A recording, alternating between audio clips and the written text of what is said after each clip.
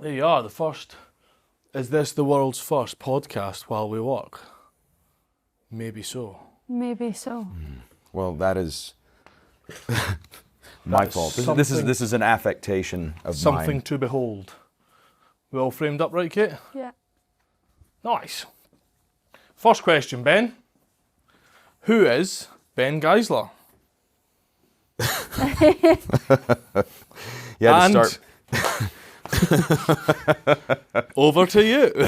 All right, so you started me with an easy one. I'm Ben Geisler. I am a custom Western saddles. Hold on, stand by. We're going to edit that. Right. My name's Ben Geisler. I am a full-time professional Western saddle maker, silversmith and engraver, and leather worker. And I am the owner of Trails End Saddle Shop, currently located in Enterprise, Alabama. You surmised that very well. It's as if I've said it before. But who actually is Ben Geisler? Because we've been staying with you not even 48 hours, and I can tell you there's many layers to that onion. Yeah, it's a complicated story. You know, you can't get here in kind of in a linear fashion. I feel that I have an unusual background for a saddle maker or for a professional craftsman in general, but I feel that that sort of background is almost necessary to have arrived here myself. Yeah. You know, there's people that can get to where they're going by a pretty normal route, right? They go to school, they know what they want to do, and they pursue that. You know, they have an idea of this is what I want to be. This is how I get there. This is my path, right? But I never had that. From an early age, I really enjoyed music. I really enjoyed art. I was always making things. You know, that's probably the most consistent part of this entire adventure, is that I've always made stuff. It doesn't really matter what. You know, I've worked in about every media you can think of, at least. You know, have dabbled in about every media you can think of, and all of those kind of side journeys that I took have contributed to the work that I'm doing today. You know, because you never know where a technique or a material or you know, some amount of hand skill is going to transfer and be useful elsewhere. So I often find myself using techniques that you might think, you know, hey, woodworkers do that, or metalworkers do that, or, I mean, even some of saddle making has a sculptural nature, and you'll be sculpting leather. The tools are different, but they sit somewhere in between woodwork and working with, say, pottery or clay, right? And even some of the leather stamps, the stamping transfers over to metal, or back from metal to leather, or from leather or metal to clay, for example. So there's all these different little pieces that fit in not always predictable ways. And so I've done a lot of different things to get me here, and I don't think there was a shorter path for me. You know, I didn't have a lot of guidance as a kid.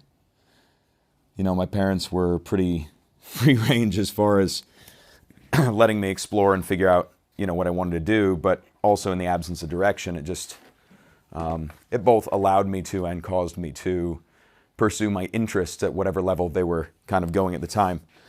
And for better or for worse, sometimes that means you end up down a rabbit hole with, you know, pretty extreme results. You know, whether you end up studying something really intensely for a year or two and then abandoning it once or twice or maybe half a dozen times, you know, it's an option. But I don't think that you're not going to readily come to the conclusion in terms of, you know, where you want to be aesthetically as an artist, as a craftsman. Most people don't get that kind of distilled vision, you know, immediately. It's something that kind of grows. There's this piece, spoken word piece, called The Gap. It's narrated by Ira Glass, and he talks about how the reason that craftsmen and artists pursue things with the tenacity that they do is that they get into this because they have taste, they have an aesthetic, they have something that they want, that they really want. And there exists a gap between what they're able to execute and what they want to execute, right? I have this aesthetic, but I can't make it yet. but I have good taste, but I can't make it yet. And the whole goal is to close that gap and get ever nearer to executing the vision that you have. Now, that sort of takes for granted that the goal stays in the same place. But as I've found, especially with makers, that as they get better, their aesthetic refines. And so you start out wanting to make X because to you, you can reach it, you can see it, you can achieve it. But when you achieve X, you start saying, well, there's an even more refined version. Actually, my taste is here, but I like that even more. Mm-hmm. And you expound on it and you iterate and you take your vision and kind of push out further and further into it. And when you push further out into that, we fail at the margins of our experience. And so if you don't push out to those edges, you're never going to get to a point where you can work comfortably in the range that you need to. So you've got to push out. You have to explore things. You have to expose yourself to failures and dead ends. And there's a lot of stuff that just won't work, right? It just doesn't turn out. Mm-hmm. And regardless of that doesn't necessarily mean that it wasn't a worthwhile process. I mean, sometimes we have to use kind of the diagnosis of exclusion method. And what I mean by that is you may not be able to come to the conclusion of exactly what you do want, but you can determine what you don't want. Mm-hmm. And often being able to just exclude things that you don't want, you're not qualified for, you're just sure that that's not it. You don't know what it is, but it's not that. That is super valuable to know. And the only way you get there is by exposing yourself to other arts, techniques, exposing yourself to everything you can, even stuff you don't like, just for the sake of not liking it actively. So you can say, okay, well, I know what it's not. Next song, right? And to me, that's pretty critical, right? Was that always your view not just from a crafts point of view? Because you're ex-military, you've done many a different job. Do you think you still held that same belief of just expose yourself and keep knocking certain stuff off to get here? Yeah, I think in the absence of like strong guidance or strong motivation, like I didn't have a really clear vision like some people have. And I think when you don't have that strong guidance, it presses you to maybe dig into that even further. Mm-hmm. It pushes you into a position where you're more likely to do stuff just to try it, or because, hey, maybe I can be, even in my, I guess, early 20s, I was trying to find a way to make stuff with my hands to make money for a job. Like, even as a kid, I would make stuff and try and trade it to my friends or sell it to my friends. I mean, There was always an idea that I could synthesize something and trade it for something of value to me that wasn't that, right? So I make something, I trade it for something I want. I mean, as I got older, it became obvious that, money, right? Yeah. But, hey, great, can I trade this for money? But also the idea that I could take some sort of raw material and use an idea that I had, or a drawing or whatever, and transform that into a thing, and then that thing would have value. Like that has been kind of an anchor point for me. But, when you don't have a lot of guidance, you start thinking to yourself, well, what can I do? What can't I do? What am I qualified for? What should I try? And so you go down all these different roads. You try photography, you become an EMT, you live overseas for a couple of years, you move back. You work at a hardware store, you move back overseas. These are just examples. These are things that I have definitely not probably done. Which is to say I've done all of those things and more. But, you're trying to find where you're going to settle into the groove, right? Like what combination of things do you care about, is important to you, that other people need, that you're passionate about, that you can get paid for, that's important to the world at large, right? Where do all these things gel and become kind of your purpose? Because what I want and what I like is different than what, you like or someone else would like. And that's the beauty of it, right? Because we have these diverse interests, and because of the diverse interests of the art and craft community, we have all of this amazing stuff. And you don't even have to do it professionally like I do. I've said it many times, but the very, very best work being done in craft is being done by like bleeding edge hobbyists. People that don't have a profit motive necessarily. They can take as much time as they want. They can pursue passion projects. They can, they can spend all the time they want. They can spend all the money they want. I mean, they're they're not limited in the way that someone that has to make a profit is. And so they can pursue things that anybody else would think are crazy. You can't spend 200 hours on that. No one's going to buy that. But because they spent 200 hours on it, they've got something that's incredible, something that, something that exists in the world for like the pure joy of craft. Yeah. And so people that do hobby work at a really high level are super important. Not everybody needs to do this for a living. And it's unfortunate that in the States, there's this drive that if you do anything for a hobby, the first thing people ask is, hey, how do you make money with that? And it's like, maybe that's not the point. Maybe it's the pursuit, right? It's not just in the States. Right? Yeah. Oh, yeah. And See, it's interesting, isn't it? Because we've obviously been a few places in the States now, and a lot of people that we've met so far have viewed the craft as a business. But what you've just explained there is exactly how we feel back home, that people view them as two separate things. And that's kind of what bugs me about it, is like it absolutely can be a business, purely based on, it's a bit of you, isn't it? Mm-hmm. So how did you end up coming to leatherwork? Because it wasn't saddle making originally, was it? No, it wasn't. And that's because I was wholly unqualified to be a saddle maker, even if I really wanted to be one. People don't realize to be one that at that early stage. No. I mean, I didn't initially. I had been around some of the best saddle makers of the 20th century just over the course of my life. My dad, so Dale Harwood, who ultimately became my mentor, was a friend of my grandfather's and is a friend of my father's. And so I've known him since I was a kid. And then when we lived in Oklahoma, my dad became friends with Howard Council, who was another just towering figure in the saddle making world. And my dad, as a rodeo cowboy, would travel around to different rodeos.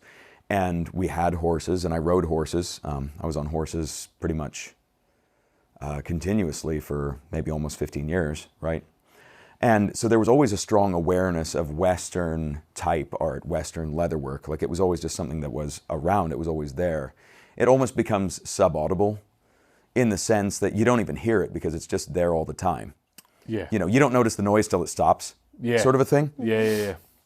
And so we were always in saddle shops and boot shops and stuff like that. So I always had an awareness of it, and I started making leather stuff at a very young age.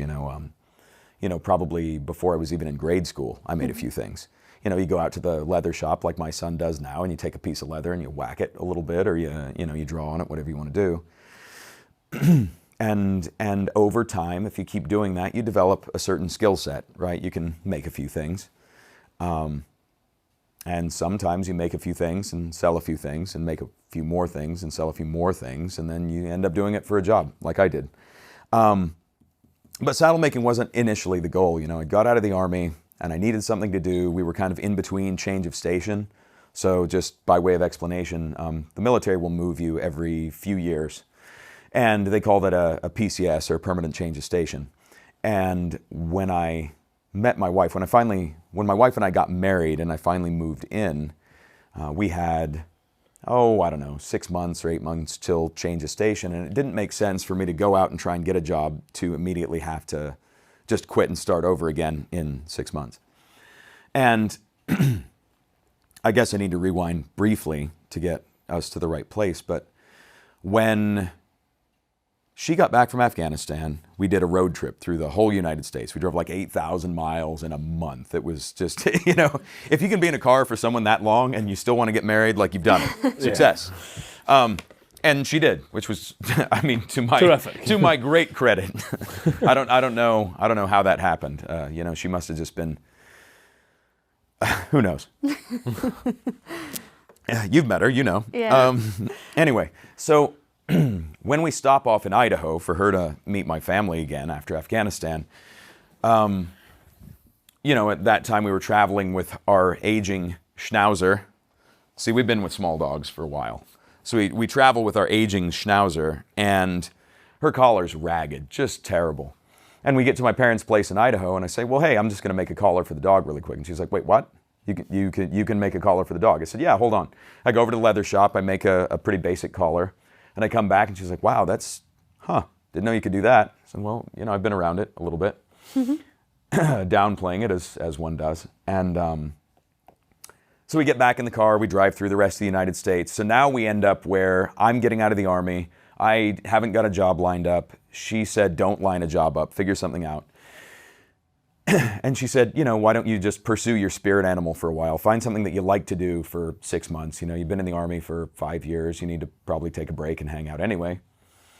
And she was like, well, why don't you make some leather stuff? You made that dog collar. So it was the dog collar heard round the world, I guess. Yeah. Right? And so I said, yeah. So of course I did what everybody does, and I buy the limited, I invested the least possible initially. I bought tools that weren't that good. I bought a little bit of leather. I thought, maybe I'll make some shoes. I don't need to make leather like my family and everybody I know makes, right? Fast forward 10 years. Still not finished the shoes? Nope, still haven't finished the shoes. I've got half a pair. I've got 2 half pairs of shoes in here somewhere, in fact. But one day. But anyway, so I start making a few things, and I open an Etsy because it's costing some money to make these things. And open an Etsy and sell it.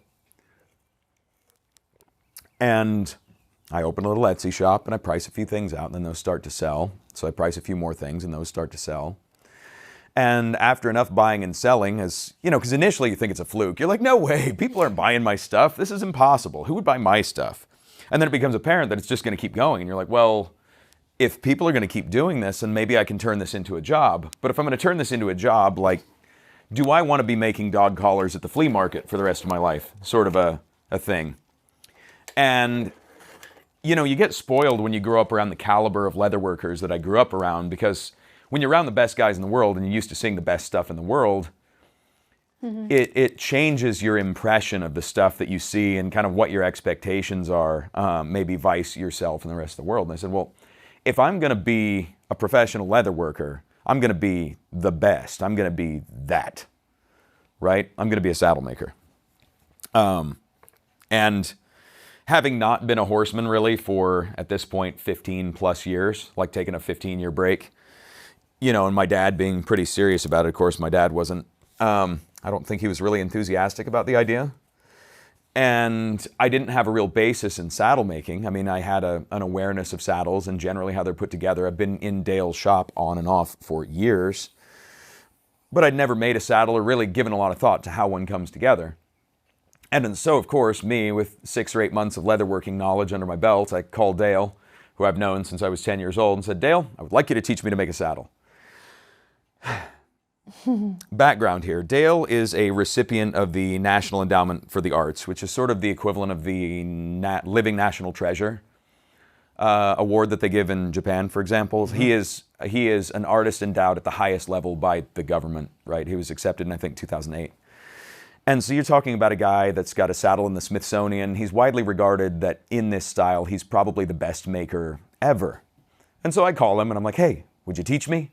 It's like if you haven't dribbled a basketball before and you just call up the NBA and work your way through the Rolodex. Hey, Michael Jordan, do you got a minute to teach me how to dribble? Sort of a thing. It was, looking back on it, it was pretty absurd. I can see why he said no the first time and the second time and for the next 2.5 years. Yeah. Which is to say that I asked him over and over again, and every time he said no, I did something a little bit more extreme. I went and bought the only book on saddle making. I read the entire thing cover to cover. I started taking notes. I started taking things apart. I started doing a little bit of repair work. I watched every video there was to watch. I read everything there was to read. And every time I asked him, I was a little bit better prepared. At the same time, I'm a full-time professional leatherworker, right? Regardless of what I'm making, I'm still doing this full time. So I'm making bags and rifle slings and dog collars and my designs and saddle bags. And my designs are getting, more complex as I go. And I'm getting better. And so I had been doing everything that I could do really for 3 years, almost 3 years, when Dale finally, arranged a time when I could come and study with him. He finally said yes. Took some wearing down, got it done. And so I came to his shop and I learned from him in person in his shop. And it was originally supposed to be a he builds one, I build one, back and forth sort of a thing. So he shows me, I do. And because of kind of the state of affairs in the shop at the time, it became he tells me, I do. So I didn't have the benefit of a demonstration. He just, at this point I had watched his saddle making movie, I don't know, 50 times or something.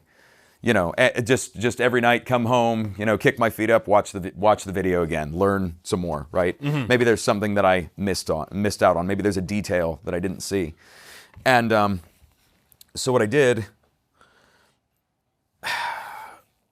when I got there, he was aware of this, and I brought a notebook that had, 20, 30 pages of notes that I'd taken just from watching his film. Just from what this is before you'd even met him? Yeah, before I even went in, I had taken detailed notes of every single thing, every bit of media I could find. Had pictures of saddle trees printed out. I had plumbed the depths of the internet and every book and every magazine and everything that I could get some information. And I get to his shop, and because he wasn't able to do a show one, do one, he said, well, you seem pretty well outfitted. Let's just get going. And instead of him showing me and me doing it, he just told me what to do. He's like, cut that thing. Okay, do that. And so I built a saddle under his strict supervision over the course of a couple of weeks.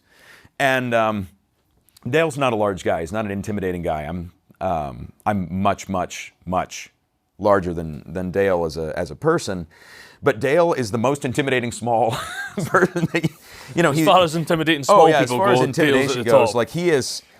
It's like he's got this grandmaster craftsman aura that comes off of him or something, that just makes him the size of an entire room. And he's just standing there. He's got a toothpick in his mouth, and he's kind of gesturing at things and pointing, and he's bored to tears. You're watching him, and he's just he's used to operating at a level of efficiency that's rarely, if ever, seen in a modern saddle maker. I mean, when he gets to work, he gets to work. He doesn't stop for anything. And he's watching me, and I'm moving at a snail's pace and not doing a great job besides, comparatively. And he's just standing there. And I started to feel really self-conscious and also, a little remorseful for putting him through that.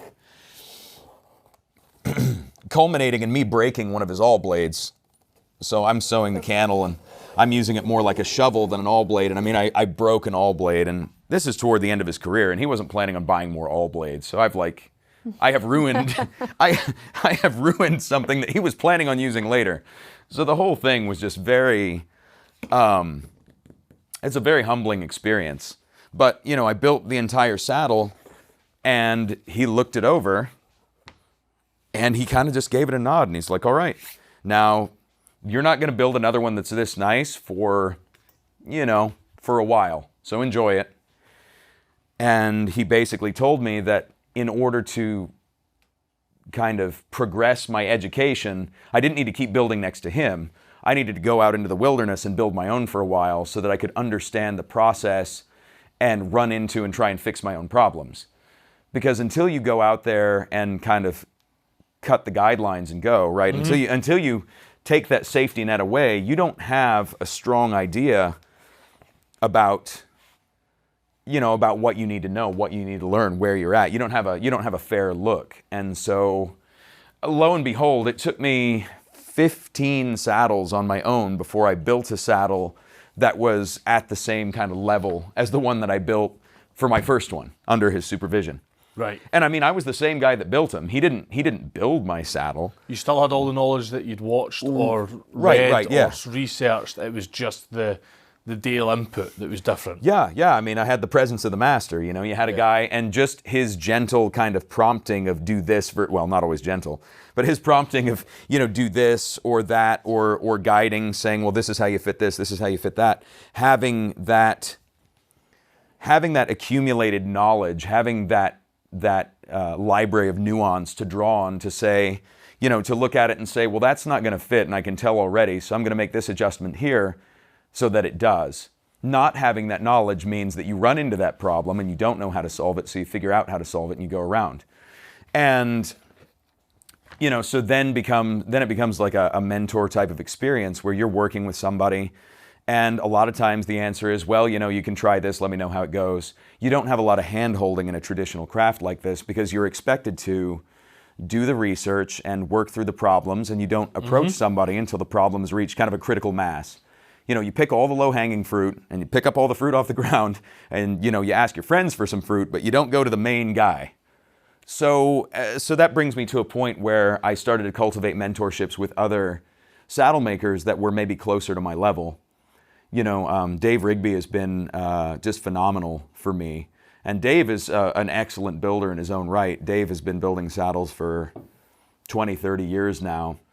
But whereas the problems that I run into when I try and discuss them with Dale, he doesn't remember what it's like to even have that problem. It's the problem is something that he hasn't thought about, right? In so long that he doesn't remember what it's like to have to answer the question. Whereas Dave, where he's been building for half as long, Dave says, "Oh, I kind of remember what that was like for me. Maybe try this or maybe do that," sort of a thing. So it's about bringing that mentor, once you've done the Dale thing, bringing that mentor a little bit closer within reach. Right. Because the other thing is that when you have these very basic, simple problems to solve as a maker, you don't want to bother the guy for just any little thing. Yep. So a lot of times you need a minor course correction, and it doesn't take going to the captain, to do it, sort of a thing. That's not a great analogy, but the point stands. You don't have to go to the subject matter expert when you just need to know, hey, is it right or left here, sort of a thing, right? Or when you're trying to bounce ideas or get a little bit more theory, right? And so you find yourself in a position as you work along where, as you're working through anything, I guess, there's sort of a mentorship structure, right? And it's threefold. So you've got your mentors, guys that are a lot better than you, that will kind of teach you where you need to go. You have people that are closer to your own level, and those kind of tend to be your competition, people that you're working maybe not against, but they're kind of in the same space as you. You're occupying the same strata. And those are people you can compete with and kind of bounce ideas off of. And then you have people that you are, in turn, better than and become their mentor. And so you're both a mentor and a mentee and a competitor all at the same time. Yeah. And you have to occupy those different roles because, well, for example, teaching. If you want to become really, really good at teaching something, teach something you don't know that well. Because as soon as you start to teach something you don't know that well, and you're being asked to justify everything you do, why are you doing this? Why are you doing that? Why wouldn't you do it this way? It forces you to reason through every decision that you make and truly understand the mechanics, the reasons behind what you're doing. And that alone is worth the price of admission, because it's hard enough as it is, but it's extra hard when someone's standing over your shoulder that you're trying to teach, asking you, well, why this, not that? And you say, well, I don't know. And then you have to work through, and then like you're an engineer, for example, and in engineering, anytime you encounter a problem to solve, I mean, you just have to start working backwards. Something breaks, why did it break? And you start looking at the different systems. Or why would I do this versus that? And you say, well, because if I do this, and you have to work through your own process to understand, why do I need to make this thinner or thicker? Why skive here? Why sew there? Why do I need 2 rivets instead of 1? Why do I put a nail here versus not?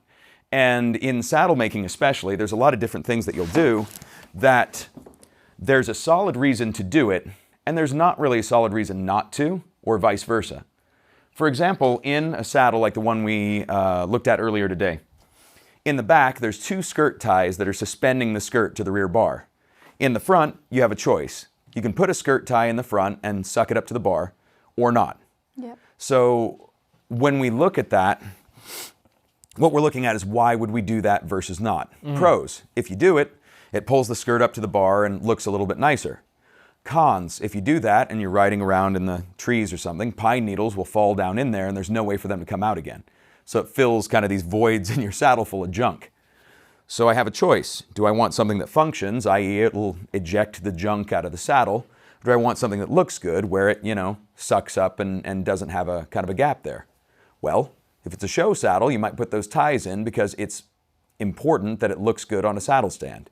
But if somebody's got to ride it and take care of it and maintain it and has to last a long time, maybe you choose to leave the ties off so that the junk can be ejected. And that's just a simple example of why you would do something versus not.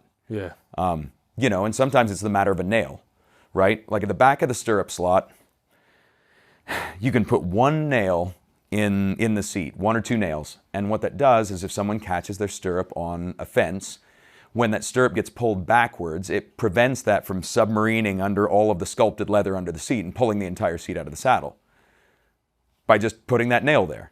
And if you don't put the nail in there, it submarines your seat. And if you do put the nail there, It'll ride on top of that, and it'll do some damage, but it won't tear the entire seat out of your saddle. And I didn't have to make that mistake to find out about that. Somebody else told me that somebody else told them, and there's this sort of institutional knowledge that exists, right? Because I don't have to make that mistake to know that it exists in the world and how to stop it. I just need to know that it exists and take someone else's sort of input and add that back in. And as a, say, non-horseman, that's really essential, because as a professional craftsman for something like this, I'm a tool maker, really. I make the interface between a horse and a rider. So as a tool maker, of the most importance, or what's the most important, is to understand what the rider needs to get out of the saddle, and then to interpret those needs as a thing, right? So I don't need to be a good rider to do that. I need to know how to make this do what they need. Yeah. And sometimes being a good rider works against you, because then you think you know more than the person that wants you to build it. And if you think you know more about the customer's needs than the customer does, that can cause you a lot of trouble. Yeah, it's the race car analogy we talked about earlier, isn't it? Like, a good engineer that's building a race car is good at building race cars because they listen to the driver who's the more proficient driver. It's exactly that when it comes down to what your world is, isn't it? Well, and tool making in general, right? I mean, the thing with tool making is there has to be a connect between the tool maker and the tool user. Because if someone's making tools and can't interpret the user's needs, then the tool isn't going to work as intended, right? And anything that's sort of functional in nature, whether it's mildly or majorly functional, like a wallet that doesn't hold money is not a good wallet, right? Yeah. They didn't understand the assignment. They messed it up. They goofed. And if Shinola's listening to this, Shinola, an American brand wallet that my American dollars don't fit in. Yeah. Well, and that's the thing, is like there are layers of responsibility that you have to your consumer, and those correspond to the cost of failure, right? Yeah. So your American wallet that doesn't hold American dollars. Yeah. So say it doesn't hold American dollars. What's the cost of failure there?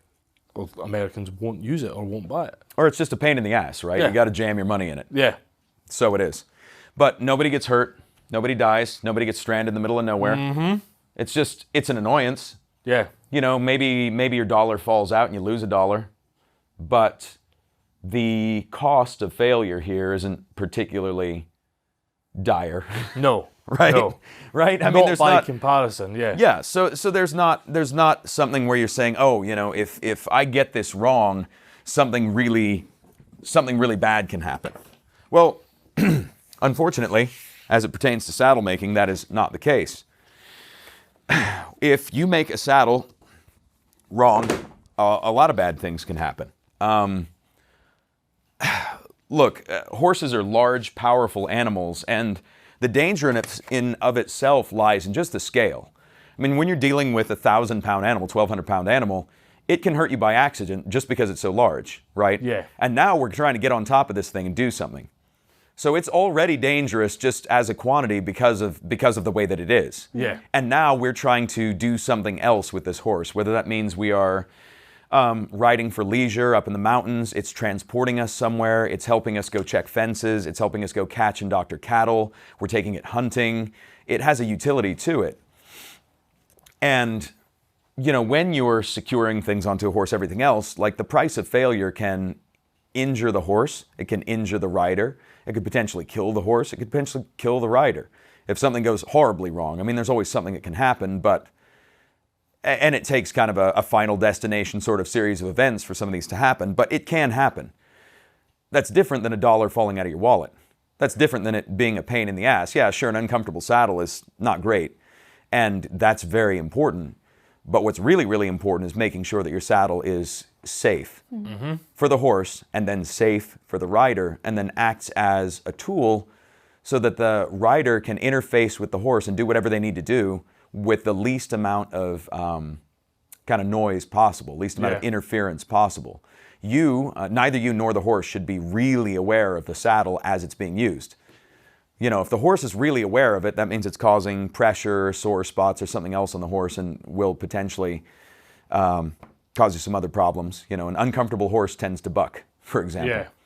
And for a rider, I mean, if you can't sit in it long enough to use it, or if you're thinking about some aspect of it that's problematic for you the entire time you're in it, you can't do your job because you're busy focusing on what's wrong with your saddle. Yep. Or what's not right with your saddle. And wrong and not right are two kind of distinct groupings. Yep. So there's things, right? There's layers to it. And when you're making an object that has kind of a responsibility attached to it, you have a duty to get it right. And so you have to become an expert. Because again, there are really no saddle schools, there are really no publications, most of the knowledge is institutional, there's no certifying program, there's no body of people that are going to come and get you if you do it wrong. Mm-hmm. So the duty is self-imposed. Like if I didn't care, I could just build any damn thing, put it out on the market and let it go. And most states have hold harmless laws that mean that if their horse, bucks off and whatever, I can't get sued. So that means that, I don't even have a legal threat hanging over my head, right? So, I could just throw it out there willy-nilly. So that means that the duty is squarely on my sense of responsibility to get it right. Because this is my craft, this is what I care about, this is what I'm doing, and I have to get it right. And that goes throughout the entire thing. I'm a custodian of historical information. I have to know what tools, what techniques, what materials to use, and when, and where, and why, how it should fit, why it does or why it doesn't, how to use and maintain all of the machinery that I need, how to keep my tools sharp, how to address various things that come up in the process of building that they aren't in a textbook because there isn't one. Yeah. So how important does that then lead to there being the sort of community over competition within saddle makers? Because if you didn't have people like Dale who were eventually up for showing you, you're only making so many saddles in a lifetime. They're a labour-intensive thing. It's not enough to start bad and iterate into something good, really, is it? No. The thing is, you can't start bad and iterate good because if you're doing poor work, it won't be rewarded. Nobody will buy your stuff. Yeah. It's such a But even small... if you weren't selling them and you were just, you're not doing enough in a lifetime. You can't. You would never iterate to a very high level on your own because you just simply can't do that much work. Yes. You can't spend that much money, buy that much material, hack through it, and then eventually come up with a better product. Like you can't reinvent this wheel. Yeah. The wheel's a little too complex. The demands on this wheel are a little too specific. And so you have to rely on the gross institutional knowledge to get it done. And there are people that won't share. There are people that think they have secrets. There are people that won't share what they have. But the thing is, if you don't teach it, if you don't give it away, if you don't show it, it dies with you. So, congratulations, I guess. You died with a bunch of useful information. Yeah. But nobody else has it now. It's gone forever. Yeah. And secondary to that, the people that usually believe they have a lot of secret knowledge about any given thing tend not to have as much information as they think. Yeah. The guys that know the most are also the most secure in their craft. And they say, I can show you everything that I do, and you still won't be as good as me. So I may as well show you how to do it the right way. And then maybe if you're doing it the right way, if you show someone else, they'll do it the right way. And it improves things for everybody. Rising tide raises all ships. Right. And so like me from social media, and you know that of the saddle makers out there, I'm one of the guys that shows, I show a lot of what I do. Yeah. Most people aren't really willing to show what goes on inside a saddle. They want to show the finished work. They don't want to show the work being made. Yeah. And in my opinion, when you show the work being made, what it does is it forces people it shows people what it should look like. I guess it's presumptuous to say that my work is what it should look like, but I had a pretty good education. Yeah. So, at the least, I'm not doing it, wrong. Yeah.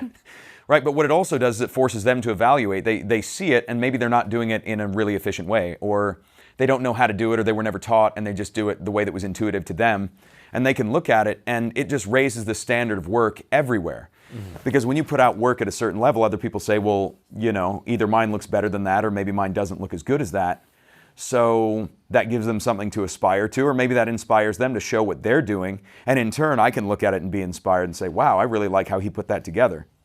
A good example of that, I think it was John Willemsma, who is a Traditional Cowboy Arts Association member.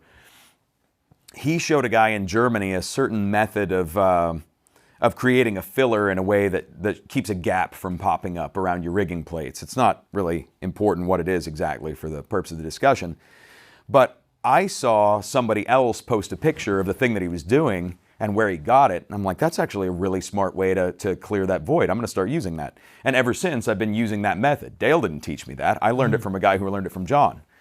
And so it's a little bit of a game of lunchroom table, right, where you pass it and down the line it goes.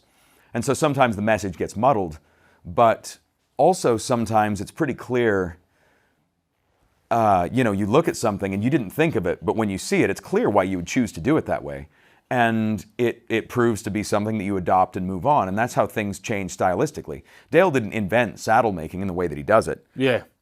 Right. I mean, he did not receive a lot of education, but he was able to develop a lot of things using the skill sets that he had.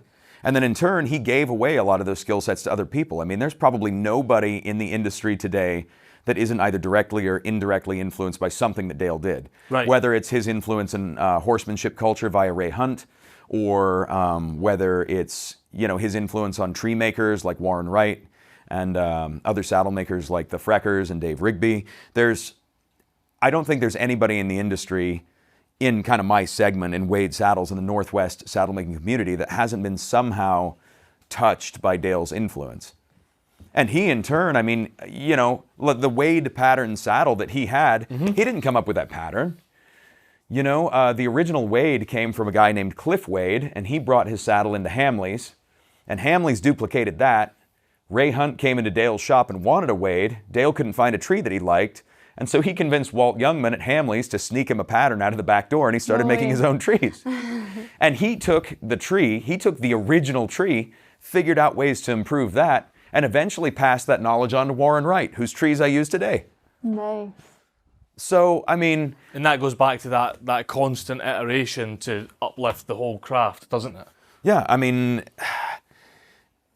it's essential in a lot of different ways, and I don't think it's in any way unique to saddle making that's a necessary thing. I mean, show me a woodworker that hasn't been influenced by another woodworker who hasn't been influenced by a book or a 100%. Journal, a magazine. Hundreds of years worth of knowledge going back. Yeah, and without that, all of it dies. Like one thing that I'm very passionate about within We Are Makers. We Are Makers works for Kate and I because we both come at from very different yet similar angles, and for me, it's if we don't keep doing this and keep trading this knowledge, it just all goes. And then when it's gone, it's gone. What would be the alternative if there wasn't... There is still factory-made saddles though, isn't there? There are. That's still a thing. Mm-hmm. So one thing that's important to delineate with your saddles though, Ben, is their work equipment, which is a very different thing from a lot of what makers do.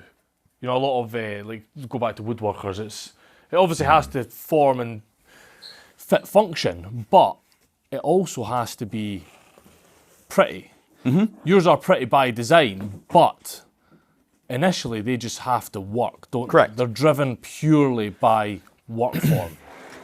And what I like about it as an art form, if you want to call it an art form, I mean, it's hard for me to describe myself whether it's as an artist or a craftsman, because it is definitely a craft. It is definitely something, and I don't mean I craft it, but it's definitely something that is built, that is made, that is work. There are processes and procedures and things you go through to professionally construct this thing that I build.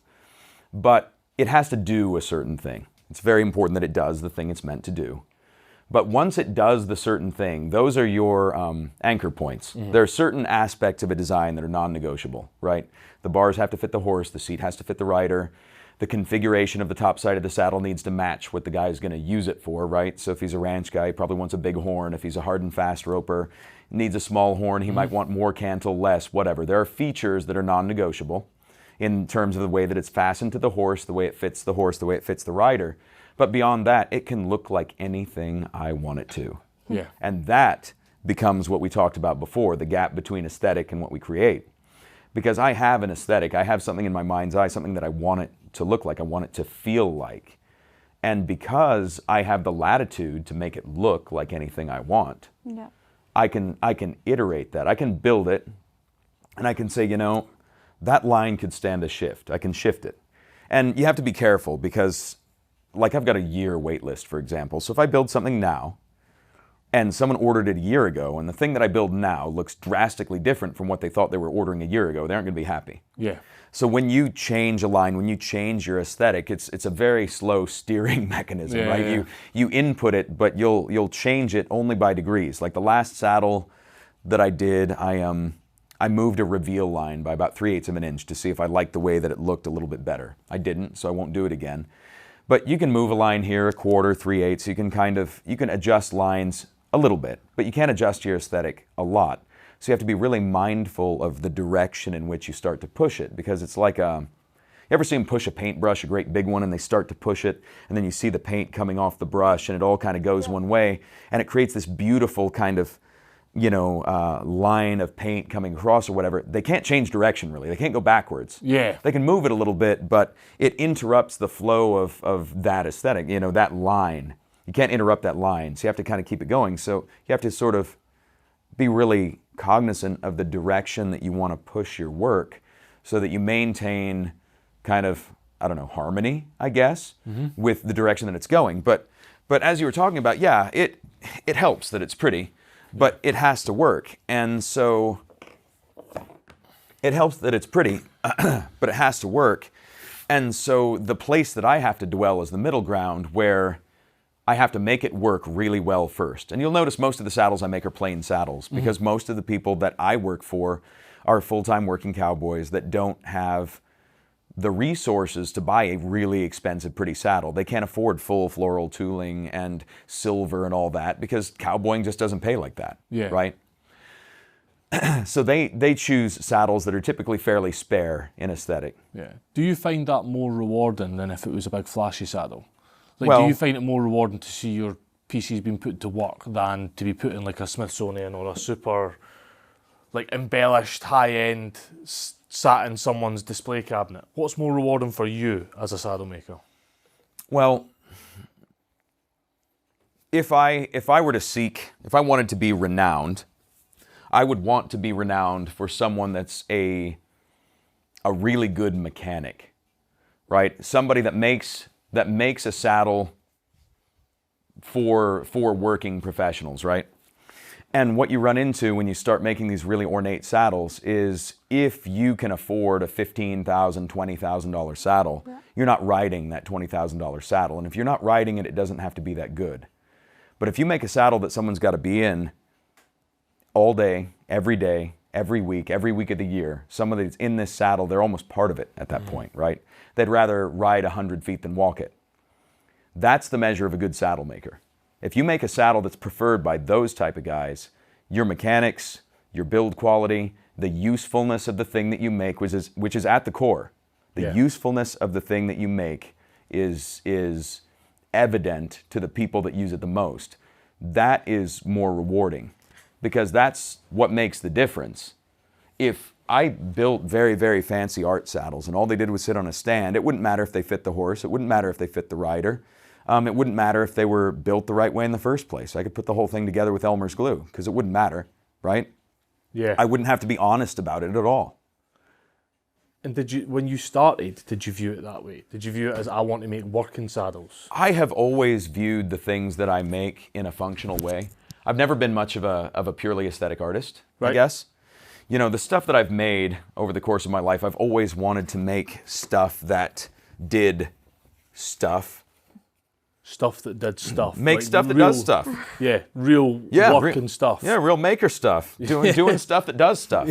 And I mean, nothing's worse than something that doesn't work, right? How many tools have you sworn, like, how many times have you gone to use something and it didn't work and it was the most infuriating thing? Like, yeah, they're usually the ones that take a swift, you had one job. Yeah, a swift flight path across the workshop. Right? Yeah. So the idea of making something that doesn't function is so alien and like abhorrent to me on like a core level. It's like making a wrench that doesn't wrench, or a wallet that doesn't hold money. It's like, what is that? What is that? Why? Bother? A bowl that doesn't hold things, a big old hole in the bottom. Yeah. What's a fork with no tines? It's a spoon. It makes a poor fork, doesn't it? Yep. May as well use the other end. Absolutely. So the idea of making an object that does not do what it was intended to do well is abhorrent, and I think that path is paved with making things that prioritize the overall beauty of the thing over the working of the thing. The idea that I could make a beautiful saddle and someone would never sit in it, never ride it, never take it anywhere, I don't even want to sell it. Yeah. Someone says, well, I want one for the wall. Well, go to someone else that makes a prettier one. I'm not well regarded for my art. I'm a good technical stamper, I feel. But as an artist, that's not why people come to me. They don't come to me for... They come to me for an art, just not that one. Yeah. And the art is fitting something together well, because I make a lot of plain saddles, but plain doesn't mean ugly. Oh, no. Not at all. Right? You can make plain ugly, absolutely. But there is a beauty in simplicity, especially when you consider that when you make something plain, you've got nothing to hide behind. Yeah. Right? If you take something, you can take an ugly car and paint it really well, and people will look past the ugly car to see the pretty paint. Yep. In the same way you can do with leatherwork. I mean, you guys have been around enough leatherwork to see, and you can tell when someone has made something that wasn't that pretty, really pretty, via cosmetic effects. You know, we'll fix it in post. Yeah. You know? Yeah, I've been around enough for that. Yeah, we'll fix it in post. Yeah, so don't worry about that exactly. So it's really important that you become known as a mechanic. And to me, there will be a time probably when I start to prioritize art type work more, but I feel that it will negatively affect my work and it will negatively affect my aesthetic and my goal and my vision for building if I start to prioritize art too quickly. I get asked a lot of times, why don't you do more floral work? And one, I think my level of floral work is not at the level of my stamping even. But secondary to that, if I start to prioritize floral work, I'm going to lose track of spending time really drilling down and getting my mechanics exactly where they need to be. Because even 50 plus saddles in, I'm at a point where I still run into fit. When I'm building a saddle, there are still places where I think I could have done better. The line could have been better, the fit could have been better, it could have taken a little bit less refinement to get to the point where I'm at. It could use a little more refinement there. Because as craftsmen, as makers, you know this. We are simultaneously proud and horrified of the things that we make. Yep. We know everything that is right with it. We know everything that is wrong with it. And it's your creation. It feels really personal. Yeah. It feels like an attack on you personally if it's not perfect and you know it's not. Like, you're standing there across the room. You can see the one stitch. Yep, that's me. You can see the one stitch that gets your goat. And nobody's going to see it but you. Yep. But you see it, and that's enough. That's enough for you It to is be like, enough to drive no. you out of your mind. And then you see somebody, you know, a customer gets it and is delighted. And so Dale said this to me, and this is really important for makers. Makers, listen. And listen. You must learn to become satisfied enough with your work to allow someone else to be satisfied with your work. You don't have to be fully satisfied with your work, but you need to love it enough to allow someone else to love it fully. And that is critical, because if you loathe your work too much or love your work too much, it will never leave your shop. Yeah. It will never leave your shop because you're either too attached to it and you can't get rid of it, or you're too repulsed by it and you can't get rid of it. Yeah. So you got to reach a point, and I have this discussion with up-and-coming makers a lot because I do some amount of mentoring, and that is something that I always tell them because it is so easy to compare your work. I mean, we live in a world where you get on Instagram and everybody's work looks immaculate, unassailable, it's perfect, it's well lit, it even looks like it tastes good, right? Yeah. You look at this work and you're like, that is incredible. But it's taken a certain way, under a certain light, in a certain place, and I guarantee that maker knows what's wrong with it, right? So it's not firmly based in reality, that. And so you have to accept and understand that, and be able to use that as you reason with yourself as a maker. Because what's presented and what is are two different things. And the test, the moment happens when it's no longer a photo, when it's a real physical thing in front of you. You've seen how many pictures of my work? All of them? On Instagram. Probably all of them, yeah. Right, you've seen all the pictures of my work. So, you finally saw my work in person. It's a different gravy. Yeah. But is it the same? Is it presented in the same way? Because there's a way to present your work honestly. Yeah, I would say yours was presented very raw. Like I wasn't like oh, that's very different from Instagram at all. Like, I viewed it the same as, to be honest. I don't think yours is particularly special lit. I think it's, well, I've seen you take a picture of it earlier. It was just like, pull the phone out, take a picture, go. Right, but my point is that there can be dissonance between the truth of an object and the object itself, or the truth of an object and the way that an object is presented, right? And they don't always align. Mm-hmm. I'm not sure if there can be, well, there can be, but I feel a lot of that is forced distance. People are forcing that distance between the two of them. I would agree. And whether it's a dishonest manner that people are doing that in, or whether it's... Well, it's almost a necessity in today's age. Oh, yeah. is wanting to present your work in a way that it appears flawless dishonest? No. Or it's something though, isn't it? It's something. I don't think it's dishonest. You obviously don't want to take a picture and make your work look as bad as you can make it look. But I don't know how I feel about going out of your way to take. You know, there's people out there that'll take hundreds of pictures to get exactly the right one. Oh, yeah. Where everything hits and the bokeh hits. Like those guys that use bokeh to make their stitching blow out in the background so you can't see the stitches that aren't good. You know, they drop their f-stop so low and take it so close with so much bokeh that you got 3 stitches in focus, and those 3 stitches are good. They are the one. Yeah. I mean, they are the chosen 5th, 6th, 3 and 7th stitches. one. Right. So, like, I understand the need to present your work as perfectly as possible, but at some point, that bridge is over, and it stops being perfect, and it starts being dishonest. And I don't know where that point is, to me. So I feel that someone should see my work, and when they see it, it should look better than it looked in the picture. Yeah. You know, why does my burger not look like the picture? Yeah. Sort the of a deal. backside of that burger that was pictured is flat. You know, there's nothing in it. We've all seen the behind the scenes of a McDonald's advert. Yeah. But I'm not sure, and I would think you're on the same page, I'm not sure I blame the makers for that. It's the culture around social media that has caused people That makes to go you in feel it. like it has to be I don't know perfect. how I feel about that one. Yeah, it's a weird thing to think about, right? Because it's like there is some measure of dishonesty about it, or is there? Because you're trying to present the very best version. You know what? It's like you on a first date. When you meet someone online, you've never met them in person, you're going to meet them for the first time at a bar, and when you show up at that bar, you show up at that restaurant, you are presenting your audition self. That's so You're true. presenting them with with your and the pictures you use to get them there in the first place are not your worst pictures. You're showing them the best version of yourself, and when you arrive, you present them with your ideal self, right? You're giving them this is who the ideal me is.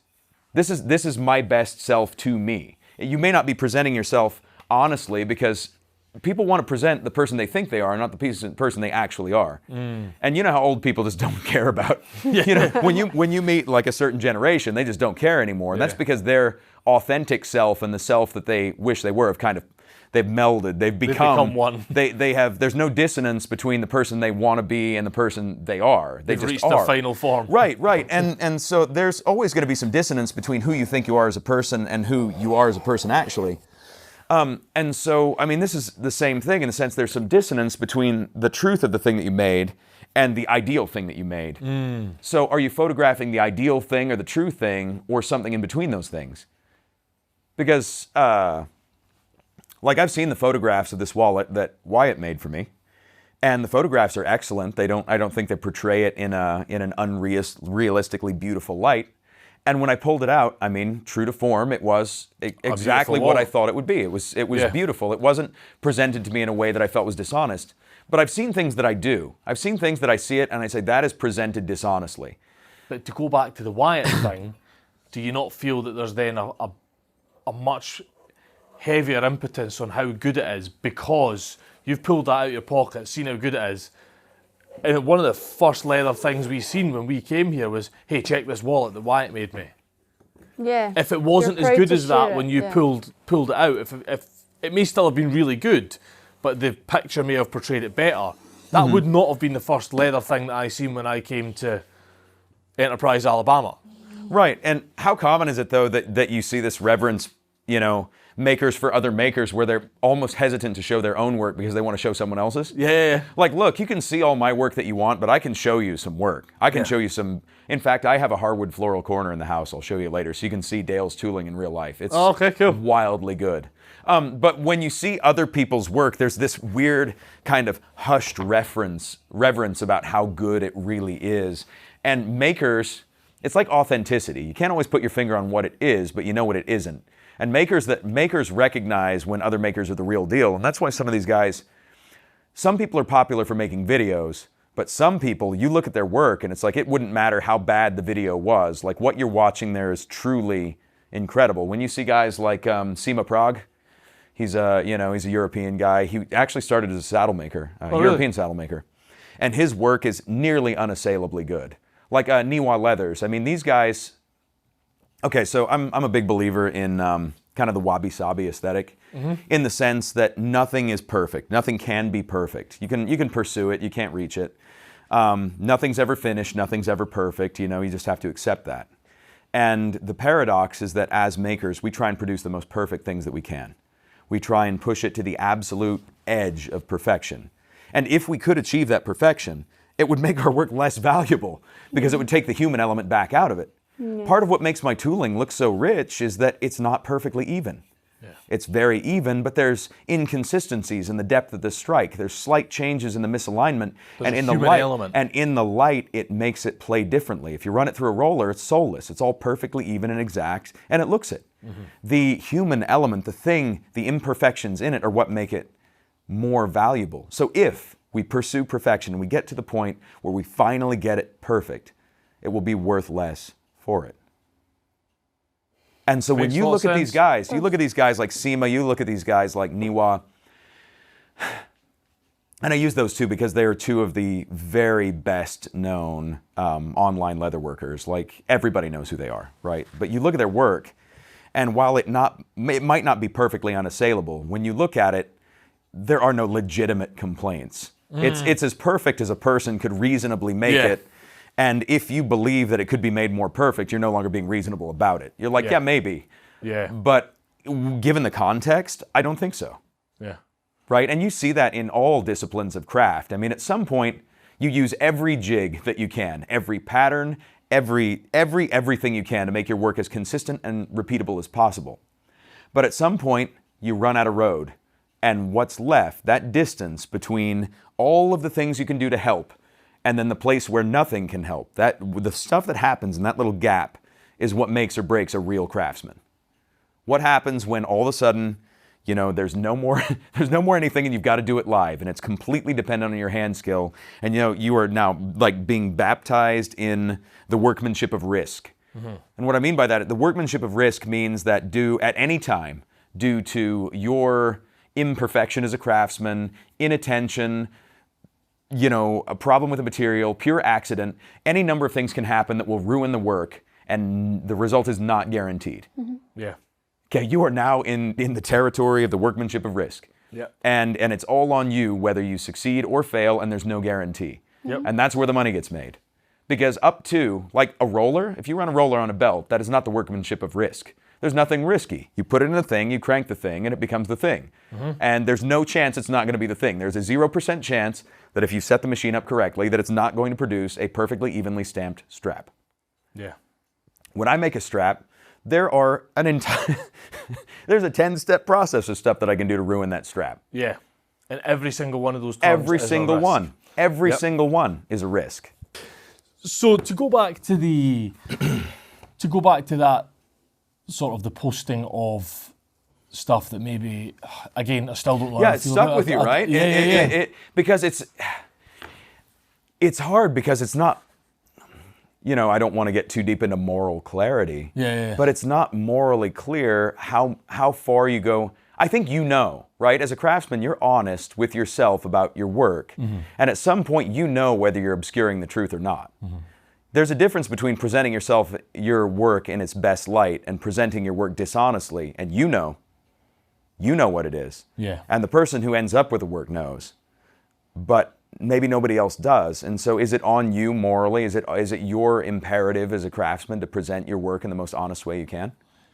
And at what point did you think that you can, at what point in your career were you like, I can now show people this is exactly as it is, and you know, there is no holds barred. I'd be just as happy for someone to walk into this shop and see it as I would for them to see it on social media?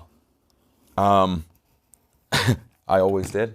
Yeah. I just always presented it raw like that because my feeling is that I would rather have someone be clear-eyed about what they were getting than to misrepresent my work, because this community is small, right? Yeah. And if you develop a reputation for being dishonest in any way, you know, financially, presenting your work, whatever, it's pretty much the end, right? It's it. And for me, it's hard not to feel judged, but I mean, I was also all in the sense that I didn't have a backup to this backup. And so I didn't have a lot to lose by showing what I was doing, because that's what I'm doing. It's not like I have the option that if people don't receive it well, I'm gonna, you know, cut sling load and bail. There's nowhere to bail to, so I'm gonna show them what I'm doing and do, you know, the best I can, and as I grow, you know, it'll be something that people will witness. And if you are bored, and you can scroll back on my Instagram, 2,000 posts, and see the work that I was doing 4 or 5, 6 years ago. And you can look at the work that I'm doing now. And I'll tell you that the worst work that I'll do on any given day now is better than the best work I was capable of doing then, which is growth as a craftsman. But I didn't immediately say, oh no, people are going to see my work 5, 6 years ago. I better go delete it all. I better go archive it all, as if I was hatched from an egg, you know, perfectly making saddles, because I think that it's important that people understand growth, and that this is not a process that a lot of people want to wait until something's perfect to show it, or wait until something's perfect to sell it, or wait until something's perfect to debut it. Like my YouTube channel, for example, right? I keep waiting to exhale. One day I'll create the perfect content, then I can do it. But if you wait, it's just never ever gonna, it's not gonna will itself into existence. Yeah. Right? So at some point you just have to show it as it is for what it is, and just roll it.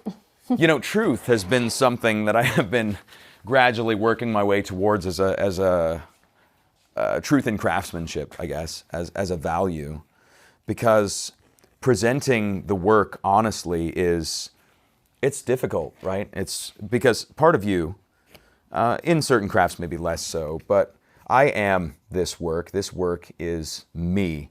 When you buy something that I've made, you're buying some portion of me that I've poured into this with skills that I've acquired over nearly 10 years. And it's hard to not take it personally if it's not received well.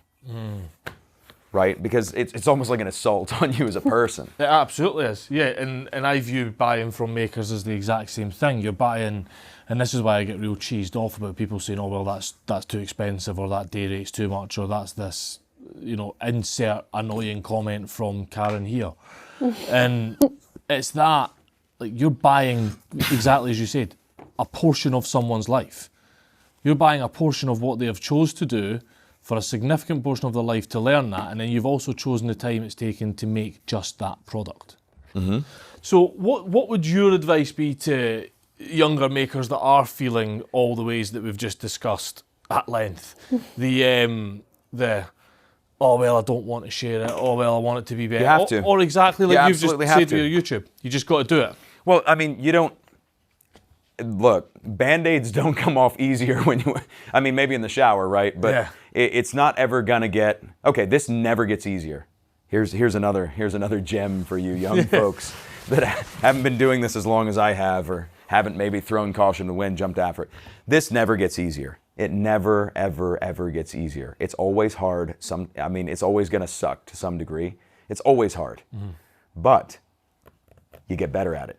Right? So it doesn't get easier, but you get better at it. And the thing is, if you're unwilling to just smash and iterate and do it over and over, like, you have to be willing to just do stuff that doesn't work, to make stuff that isn't good, there's all the isn'ts. The price of being great is being not great first. And I mean really not great. You need to spend a bunch of time making a bunch of stuff that isn't that good, and you're going to have to sell it for less money than you want to, because that's the price of your education. You're going to have to give some of it away. Some of it's going to end up in the trash can. It doesn't matter, because the price of getting good is being bad first, and you can't be bad if you never make anything. So whether you feel one way or the other about the thing, you need to put your head down and make. And from a point of view of that personal development, and you obviously had a fantastic mentor in Dale. What about other people? What about other people that are looking for that same mentorship and reaching out to other makers? Okay, so I'll give you yet another young person pro tip. So when you are reaching out to another maker, when you are reaching out to meet someone, when you're reaching out to get information, when you're reaching out for help, it is critical, absolutely critical, that you are respectful of the maker and what they've done to get where they are and the time they put in to do what they've done. So if you're going to reach out to somebody else, you better be damn sure that you can't get your answer on Google. You better be damn sure that that fruit that you're looking to pick isn't laying on the ground already or isn't easily within reach. You need to exhaust all of the normal avenues. You need to do as much as you can possibly do on your own. And when you run into a problem that you then can't solve, you sort of address it by saying, okay, how might I solve this? Who might know? And you want to work your way through that in a measured way. So if you need an answer that's at a 101 level, you don't approach the master's professor and ask. You find somebody that's doing work at the level that you want to do it, and you go there. You don't go seek out the best guy in the world to get an answer to a 101 question. If they have the time and they have the wherewithal and you've done your homework and your research, yeah, they might answer you. But it's not really respectful of what it's taken for them to accumulate that sort of knowledge, right? And if you want to ingratiate yourself to somebody that really, really knows, somebody that's really, really good, you've got to do all of the legwork first, because I guarantee they did too. Yeah. I did too. Everybody who's ever got really good has had to do an ass load of work, has had to just do a volume of work to get there. And so trying to skip the line by not doing your own volume of work, that tells me what kind of craftsman you are right there. Yeah, it's pretty transparent straight off the bat, isn't it? I would die of shame if I was calling Dale asking him for something that I could, turn over a rock and find. Yeah. He would probably just hang up the phone, honestly. You call a guy who's got a 60-year career, he's built 1,500 saddles, he's got awards, he's got saddles in the Smithsonian, he's got all the accolades, he knows everybody, he's influenced everybody, and you call him and say, so what size screwdriver was that again? What? Yeah, absolutely. Where should I buy my leather from? Yeah. Is that the question you get a lot? So this has been a bit of an interesting podcast because we're breaking it up over a couple of days while we're with you. So the other day we wrapped up about talking about the sort of social media and the implications of not sharing true and honest work, or sharing work as and when you think it's true and honest or polished. But what do you think, like, for a young maker, starting out maker, or even a pretty sort of prolific maker, how important do you think using that internet is? It's quite interesting with you, isn't it? Because a lot of people will not buy saddles. Like, you're following, and again, what's important is when Kate and I first got in contact with you, your following only a few months ago was nowhere near what it is today. But you seem to have leveraged the internet really, really well. The thing with the internet, or the thing with social media in general, is it's sort of an at-will thing. You're under no obligation to post. And I think oftentimes people feel a pressure to post. People feel like, well, everybody's posting, so I need to be posting too. And they generate content for the sake of generating content. And it's difficult to put you in that position because, on one hand, we live in a world where it's increasingly more difficult to be seen, and yet increasingly easier as well. It can be very hard to be seen because you get lost in the churn, but the churn is also so powerful that if the right people see your things, everybody sees your things. Right? So it's easy to get lost in there. And so you end up in this position where you're trying to figure out how important is it? How much should I post? What should I post? etc. And a lot of people try and game the system. You know, they'll see somebody be successful, and they'll say, well, I need to be doing that then. And then they'll see somebody else be successful that's doing something wildly different. They'll say, well, I need to do that then, right? And then they'll go listen to a podcast or see one of these, you know, kind of talking head, self-help type of guys on a reel, and they'll say, well, this is what you really need to do. And the fact is, it's really capricious. And if there was a no-kidding formula that tickled the algorithm just so, these people with these giant accounts would be able to hit it repeatedly, and they don't. Even the very biggest accounts don't hit the widest audience every time, despite massive influence, right? Even the Kardashians don't hit every time, right?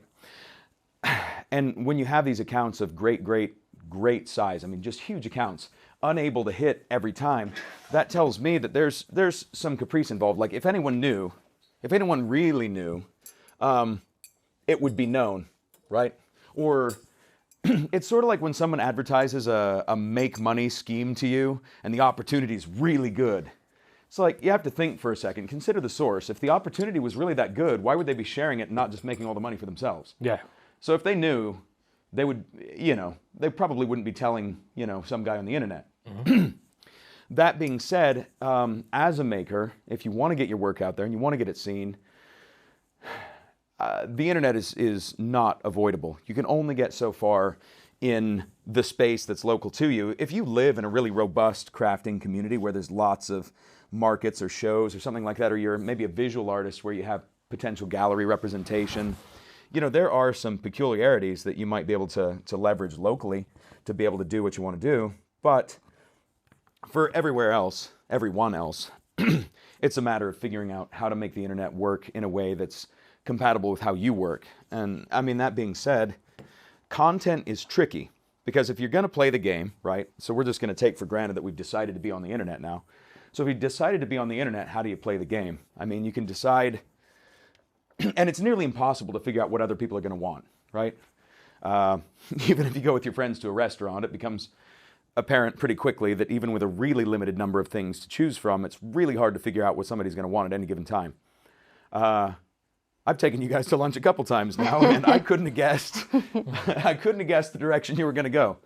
But then that's kind of how it is with everybody. So I think, you know, I'm going to go back to Ira Glass again because that is such an important piece to consider and listen to. It's the gap between our taste and what we can execute. Well, the first component of that that's really important is our taste, right? And I think that, especially staying on topic with honesty in being a creator, is that you've got to be honest with yourself and your taste and what motivates you and what you want to get out there, because you can't sell something. It's really hard to sell something artificial that you made up. It's like if you tell enough lies, you can't remember what lies you told, and you can't be truthful anymore. And so I think that probably the best advice that I would give if you're kind of getting out there into the world is that you've got to consider kind of your aesthetic, your taste, what you're about, and present that as authentically as you can. Because there's going to be a certain amount of that shines through. And if you've got to manufacture something kind of artificial to get people's eye on your work, you can only keep that up for so long, right? I mean, you can only do so much before you run out of ways to make it look like something other than what it is. So if you're new, or if you've been at this a while and you want to get your work out there, you need to present your work. Yes, you do. You need to present your work as it is. You know, otherwise it's just a commercial for something that doesn't exist, right? But leveraging the internet is it's a different thing you have to finesse. I mean, consider how many platforms we have to appease now. I'm not a social media guy. Like, I don't want to be on every social media. If you look at my media, it's minimally processed. It's pretty raw because I'm not a media guy. Yeah. You can make stuff or you can make media. But if you want to make stuff and media, you're going to need a team or someone to help you, or you're going to have to find a way to work around it because you can't do both at a high level. So I don't know if this sort of pertains to your craft because, well, maybe it does. how do you view collaborations, both early and later on in a maker's career? When you say collaboration, I guess I need you to elaborate a little bit on what you mean by collaboration. Like, No, I'm not going to. I'm going to ask you what you think collaboration means. well, I don't have to. I don't have to answer you, Jack. See, it depends on what your definition of collaboration is, or what collaboration means to you. Because, I mean, if you work with another maker just to get help on a project, right? Like that grinder over there, you helped me learn how to weld it up. So is that a collaboration, or did you just help me learn? I'd view that as a collaboration. So that's a collaborative effort. Yeah. Right? If I sold it, it'd be collaboration. Probably, maybe. Hard to know. I mean, I did the welding, but you taught me how to do the welding, so what is it? So collaboration is interesting because usually collaboration, or rarely, in my mind, or how I see it on the internet, I rarely see collaboration done by two artists of equal merit. Usually it's one person bootstrapping off another, right? Collaboration this by that. It's pretty rare that you see two people that are both really good at what they do collaborating together. Oftentimes it's one raising up another or vice versa, right? So in the work that I do, is really singular. It's really personal. So it doesn't leave a lot of room for collaborative effort. The work that I do is really personal, but it doesn't leave a lot of room for collaborative effort, except in as much as, like, you see high-level makers, for example, they'll make the saddle, but they didn't make the tree, and somebody else will make the stirrups, or somebody else will make the silver. And they don't view it as a collaboration, usually, unless the artist that made the silver was kind of at leisure with their own design. If I commission silver and I tell you what I want and then I put it on the saddle, it's not a collaboration. If I ask you to do your artist thing and make me some silver to put on the saddle, then that's a collaboration, yeah?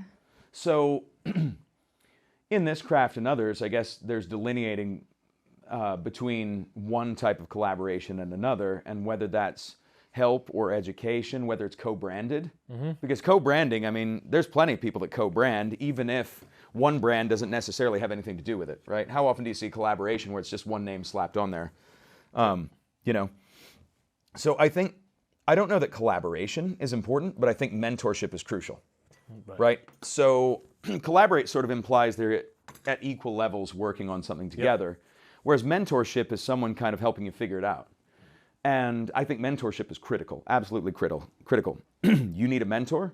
You need people at your own level to bounce ideas off of. You need people to mentor. You don't have to collaborate. And I mean, a lot of times collaboration distills. A lot of times collaboration dilutes your own aesthetic because you're kind of blending someone else's vision with your own. Sometimes better, sometimes worse. But if you're in pursuit of a specific aesthetic, if you really know what you're about, it's going to be really hard for you to compromise that aesthetic to include someone else's, right? So if they've got a really similar aesthetic to you, cool. Other than, you know, you don't want to have a super similar aesthetic to somebody else because then your work isn't distinctive. So that's tough. I mean, if you're doing really distinct work, it's hard to find somebody else that does work that's similar enough to yours that it doesn't dilute your own aesthetic. But that's definitely something else to kind of consider, right? Yeah. So it has a lot to do with vision, what you're trying to accomplish, in the same way that social media does, right? We're trying to figure out what we want to accomplish, what our vision is, what our goals are, what our motivation is. And when you collaborate, it's the same thing. What is this collaboration doing, really? I have ideas about saddle collaborations because there's things that I want to do that are different, that fall outside my aesthetic. I see other aesthetics and I say, you know, if I blended this with that, I'd really have something nobody's seen. But if I were to try and recreate that other aesthetic myself and then add it back into my own work, it would take away whatever made the other one special in the first place, right? If I take someone else, see somebody else's work. For example, Isaac Dial is an incredible native silversmith. Does some stuff with coral and turquoise and silver and gold that you wouldn't believe. And I've had it in my head, if I could get some of his silver on one of my saddles, you would have something you'd never seen. But I know I can't make silver like Isaac. There's not a chance. Not a chance in the world. Not a chance in 100 years. Well, maybe 100 years, but I'm not going to get it done anytime soon. And if I did it, it still wouldn't have the touch that makes his work uniquely his. So in that case, what a collaboration does, it allows you to blend something that you yourself can't achieve, right? It's the whole, the 90s, well, you wouldn't remember. We're going to have a discussion about fax machines again. The 90s corporate topic of synergy, right? Where 1 + 1 isn't 2, but maybe 3 or more, right? Where you take an aesthetic and you take another aesthetic and you blend them together and you get more than the sum of the original two aesthetics. And that is where you really see some interesting stuff happen. And that's where collaboration really gets its strength. But I think that most of the collaboration you see or is advertised as such just isn't strong like that. Most of it is you have things that are sort of weakly connected, and you know, you have like this shoe by that guy and it's that guy's boots now or something. Yeah. And it's maybe slightly different, but there's nothing aesthetically earth-shaking going on, right? Yep. Yeah, and it's kind of exactly why I asked the question, because I'm always interested in how different people frame it, because I am very well aware, and I see it, you know, personally I've seen it a number of times, even in the last month, where young, ambitious, and incredibly good makers oftentimes who have not recognised how good they are get stung by bigger brand, bigger maker saying, let's collaborate. You know, and that kind of thing is something that I think people should be aware of. And the way you've framed it there is the perfect reason why they should be aware of it. So to hark back to what you just said there, you mentioned the word vision. What is your vision for, I was going to say Aspen Saddlery, but it's actually Trails End Saddle Shop now, isn't it? What is your vision for this whole endeavour, Trails End? Well, I mean, it is, but it's not in the sense that I am the brand, really. Yeah. Right? So whatever I call it, at the core of it, it's me. Yeah. And it'll never be more people than me, right? I have no designs on hiring anyone, no designs on expanding my operation, no designs on employees or mass production of any kind. I do enjoy the design aspect, and it would be great if I could get some designs out there into the world that I would like to see that I'm incapable, you know, myself of making. But, you know, I consider legacy a lot, right? So you have heritage, that's what they hand to you, and legacy, what you leave behind. And I'm never going to live in a time where I can't live in a time, we live in a time now where I can never be as prolific as Dale was. We don't live in that world anymore. It's gone by. You right? sure? There will never be a need for that many saddles. Dale himself made 1,500 saddles, right? There are no makers. Of the modern makers that I know, there's a handful of guys that have cracked 500. That's 3 times that amount. But is that... And the guys with deep careers. I mean, there's fewer people riding horses. The West is getting smaller. The custom market is getting smaller. My legacy, you know, and I don't think about it a lot because legacy is something that, you know, I consider myself a journeyman, not a master. So, you know, you normally don't preoccupy yourself with legacy until you've achieved something. And, you know, once I do something notable, I'll let you know. Yeah. But you start to think about how you can affect the industry, what's best for what's going on. And, I mean, you know, when I think about it, if I really, really work hard and, you know, and eat my Wheaties and get up early every day and don't take a lot of time off, I might make 500 saddles in a career. And if you look at it, I mean, is that enough? What did that accomplish, that 500 saddles? You think about it, right? And I think about it and I realize that maybe that's not the right tack to take. I mean, that's not what's most beneficial for saddle making as a whole, because I don't need to look at it. I mean, I love making saddles. I found a place making saddles. I'm known for making saddles. But I also consider it, you know, kind of my duty to make sure that this doesn't end here. Yeah. And how better to do that? I mean, what should my goal be? To leave a bunch of historical examples for people to study? Or should my goal be to somehow create things that last so that it extends beyond I do? You know, you see all the things I post on the internet, right? Partly I do it to show what it is that I do, but if I put it on the internet, it's there forever, right? So it's a way of sort of perpetuating this that doesn't die. So, you know, my vision, for example, I think about what I might or might not do, or what I can and can't do for saddle making, for the West, for whatever. You know, you think about it. Keeps you awake at night type of deal. But is that maybe it's in affecting the industry in a way that helps the industry continue to be strong? You know, what if it's education and making tools and maybe writing a blue book or creating some standards or working with other people to perpetuate this in a way that it extends far beyond however many career saddles I can make. What if you were to open a school and train a generation of saddle makers? What if you were to create high quality Votech type DVD content so that people could learn on their own via correspondence? And if you made it, say, at a requisite level of quality and it included patterns and clear instructions that somebody maybe that didn't have access to streaming internet that wanted to get it going could maybe get it going, and then they could, with limited supervision, maybe carry it in a direction that we haven't even thought of. Right? I mean, one of the best things about being unsupervised is you've got nobody to ask. So you figure stuff out on your own, and sometimes the thing you figure out is pretty clever. Yeah. Right? I mean, some of the more creative solutions I've ever seen have been created simply because they didn't know that wasn't the right way to do it. Yeah. Oh, there's a very fine line between being taught how to do something and or being aided in how to do something and your hand being held. There's a very fine line. Well, yeah, if you would have held my hands yesterday, it would have been really awkward. You'd have never had two hands to weld with. Exactly. But, you know, so I think that maybe more important to me is to facilitate the craft going forward, because heretofore there's not a lot of best practices, there's not a lot of standards, there's not a lot of information. We've got an industry that has been by and large reticent for 140 years. And I mean, I'm still using machinery that's 100 years old. Yeah. But I don't think there's any secrets to this.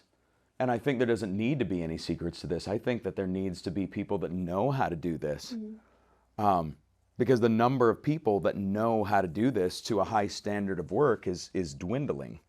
And if you don't have anybody who's doing a high standard of work who's willing to share it, it continues to dwindle. And then an individual teacher working in an individual shop on an individual edge of the world somewhere doesn't have the presence, doesn't have the power, can't throw their voice far enough to affect it, right? They just can't affect enough people. If you've got one guy that teaches 3 guys a year in the middle of nowhere, that's 3 more guys, but it's not enough. Yeah. It's just not enough. Yeah. So I want to go back a little bit there, because you said that you would never be as prolific as Dale because you would never make that many saddles. There's just not the market for it. And I may be about to expose my moronic vocabulary. But why do you view quantity as prolific? Well, because the way that it is. I mean, I guess, you know, you could be prolific in, say, the quantity of people that you've helped. Yeah. But people are more likely to seek out your assistance when you're a prolific maker, right? If you've made a lot of something, if you've done a lot of work, a large body of work, a large volume of work, one, it's spread out, more people see it. And the people that see it are more likely to seek you out for information about it. So yeah, you can be a prolific teacher, but to be a prolific maker is to make a lot. I mean, the key is in the name. And I don't think, from just a pure making standpoint and the lifestyle I live and the masters I have to serve, that I have the physical ability to crank out that many saddles. I just don't think. But you've seemed to have already made a massive dent in being able to make that much content with regards to saddle making. And it is, because a saddle in of itself mechanically is something that the mechanics of a saddle are not they're important, but they aren't really super complex, right? There's a lot of work to be done, there's a lot of doing, but in terms of the overall level of complexity, it's something that you can teach or explain with some ease. Mm-hmm. And the mechanics underpin everything else. And so if you can teach the mechanics, it's up to them to figure out the artwork, some of the other nuance, the aesthetic, the lines, whatever. But there's things that it does and doesn't have to do. And those things are kind of your anchor points. You can teach the anchor points. I can teach you the subtleties of, where to put this, where to do that, mm-hmm. how to do things to a standard of work. Yep. And those are the important things. Those are the important ones. So, there's something to that, I think. Yeah, I'd agree there's something to it. I'm not sure if I fully agree with the how do you quantify a prolific maker? How do I quantify it? Yeah. I think someone who's left a stamp in time, that would be the easiest way to describe it. Someone that's left a stamp in time that when they're not here, there is a real miss for it. Do you know, if you were, and we've already seen it because we were hanging out all day yesterday, and I know you didn't do much socials yesterday, and people are already like, Where are you? "Where's Ben? What's going on? Who's this strange Scottish couple that have come over and kidnapped him from the internet for 24 hours?" You know? It's been longer than that. Oh, yeah. That's probably how I would quantify it. Something that, like, if you're not there, the space misses you. And I think the one thing about your space, or say your space, the space that you have created, is it's bigger than saddle makers. Well, in that case, do I not have a duty to leverage that space in the best way I can so that, so maybe being prolific in the craft space transcends my individual craft and pertains to craft as a whole. This is what I'm getting at. This is exactly Why didn't you say it in the first place? This isn't the first date. Because I wanted to see what your opinions were on it. So, yeah. Well, because normally I view somebody that's prolific as somebody that produces a lot, a really robust body of work. And oftentimes, if somebody is prolific and produces a robust body of work, they end up by proxy in these other situations, right? They end up being teachers. They end up being people of note, or people that other makers seek out, whatever. In any given industry, if you start thinking about it, people that have just done a ton of work. Like if you wanted to study stop motion, I mean, you can't study stop motion and not hear about Harryhausen, right? And it goes around to almost any other industry. There's always these people with just huge volumes of work out there, and the huge volume of work almost stands on its own in terms of how they affect it. And so, I mean, I do put out a huge volume of media, and in that way I am prolific. I put out more saddle making media than probably anybody. Yeah. But in terms of actual saddles, maybe not so much. I mean, I've put out more media already than Dale ever put out. Ever, lifetime. Yeah. And a lot of that's obviously a sign of the times, isn't it? The ability to put media out is so...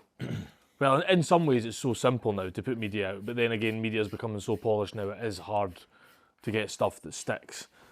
So, with regards to the teaching stuff, and we've talked about that, and we've talked a lot about putting the media out, what about for your saddles? What's is there certain saddles that you've just never had the opportunity to do, that you'd love to do? There's obviously still evolution. We know a bit about you now, and we know the sort of way that I'd like to think we know at least something about what your mind works, and you've always got a drive to do more. Is there something in your saddles that you still want to grow into, or is there a future vision for your saddles? I think there's a natural progression when you do work like this. And when you're making something that functions, your big preoccupation early on is getting the function just right, getting it to work. Like you as an engineer know, step one, let's get this thing to work really well. And you're constantly kind of refining the work. Yeah. And you eventually reach a point where getting the work to work is pretty straightforward, right? Yeah. There's not any surprises. And once you kind of crest that horizon, then you start saying, well, how do I make the work more aesthetic? How do I improve the work in a way that's not related directly to how it functions, right? So I have these saddles, and I get to where they work really well. Great. Okay, now they work really well. That part's not real difficult. Everything's pretty unsurprising. Not a lot going on there. Now, how do I improve the saddle if the function is already kind of largely where it needs to be? Like, it's not going to get a lot more functional. So now you say, well, I can refine it in a couple of different ways. I can change the overall aesthetic. I can change the lines, for example, or I can sort of start to add decoration to it. I can start to add, flowers or silver or something like that. And so there's different ways that you can take it. And where I am as a maker now, I'm still working out all the mechanics to get them exactly as I like them. And for the future, then it becomes a question of refining lines more, pursuing art more, pursuing the aesthetic more. But the aesthetic is secondary to what I set out to do, and it'll remain that way until I've achieved what I set out to do from a function and mechanics standpoint. One thing that I do want to concentrate on and give it its space is your work with heroes and horses. Can you talk a bit about that and what that gives you as a maker and as a person? So we talked earlier about, the taking, that somebody does. Starting out as a leather worker, as a craftsperson in general, right? There's a certain amount of taking that you have to do, and you decide what you're going to give back and how. And I think that most people that are concerned generally with the society around them, people that are generally altruistic, they have to come up with, they have things that they care about, right? Some people want to save the trees. Some people want to save the whales. Some people want to help in other ways. There's a variety of different ways that you can lift up people, right? Mm-hmm. And one of the strengths of diversity, I think, is that we all care about different things. Mm-hmm. Or we're all kind of equipped differently to do different things, right? We all have skill sets that are more or less useful for one thing over another. For example, not a doctor, so I am roundly unsuitable for doctors without borders, right? So we have causes that we care about. And so as you know, I was in the Army for a while. And being in the Army in the post 9/11 world has its own kind of thing, right? And I'm not going to unpack the entire military experience post 9/11. There are people far better suited to tell the story than I am. So I'll go as far as to say that a lot of people get out, and when they get out, they don't have a mission anymore, right? They don't feel that, I guess a good way to describe it is that if you don't die in your uniform, you take it off eventually. And if your identity is tied to that uniform that you've worn all this time, it's really easy to get lost. Really, it's really easy to not have a place, not know where you're at. And you can combine that, a lot of times with other, say maybe service-related issues or personal issues, whatever. But for whatever reason, there's people out there that are broken down, and they don't have the tools to get back out of where they're at. So Heroes and Horses is an organization that I work for, and Heroes and Horses is they call it a holistic solution to getting people back to where they need to be. And so it's run by a former SEAL team member, and it's a 40-day full immersion program. It's a nominative program, right? You basically have to apply. And if you're selected, you go to the Heroes and Horses Ranch in Montana, and over the course of 40 days, they work on building you back into kind of a functional member of society. And so the program itself, day one, hour one, this is a horse. You don't probably know what a horse is, but it's yours now. This horse's temperament is sort of suited opposite to yours. So if you're a boisterous person, or a violent person, they'll give you a really calm, meek horse. If you're a calm, meek person, you'll probably get a violent horse. But they're going to partner you with a horse that's characteristics are going to differ enough from your own that it's going to be a challenge in of itself. And then over this course of 40 days, you're going to get up early, do PT, you're going to get off whatever drugs you're on. You're not going to be able to drink anything but black coffee. You're not going to eat anything other than whole food. You're going to journal. You're going to sweat lodge. You're going to work out. You're going to learn skills on a horse. You're going to learn how to saddle a horse, brush a horse, shoe a horse. You're going to learn how to rope cattle, sort cattle. You're going to learn how to pack in the mountains. You're going to go up in the mountains on, say, 3, however many distinct trips. And each one of these trips, you're going to have to navigate by land. You're going to have to take care of your pack string. You're going to have to set up camp, break camp, get up early, do all those other things, take cold plunges, journal, sweat lodge, figure it out. And you're going to dig down and reform your sense of purpose, right? Because at the end of the day, these people that are lost, by and large, have lost their mission, their purpose. And what Heroes and Horses does is it serves to build up a new purpose, to say the military didn't break you, right? We're going to get to the bottom of this and we're going to bring you back. So I had an awareness of this program for a long time. They were pretty big on social media early on. They filmed some documentaries that got pretty big. I actually sent you one to watch at some point. There's a documentary called 500 Miles, and it chronicles them taking some, BLM Mustangs and trying to move them 500 miles, which is a colossal task to do on horseback. It's incredible. So I'd originally heard about them from that, and so I had been kind of watching along, and then I noticed, an exchange. We're back to social media. Right. I noticed an exchange where a saddle maker, which at the time was pretty well known, I think he's a federal fugitive now, had asked them for money because he said he was going to build a saddle, and then he stole the money and didn't build a saddle. And then he had the nerve to ask for more money to build more saddles, and they gave him more money thinking they were going to get more saddles, and he stole that money too.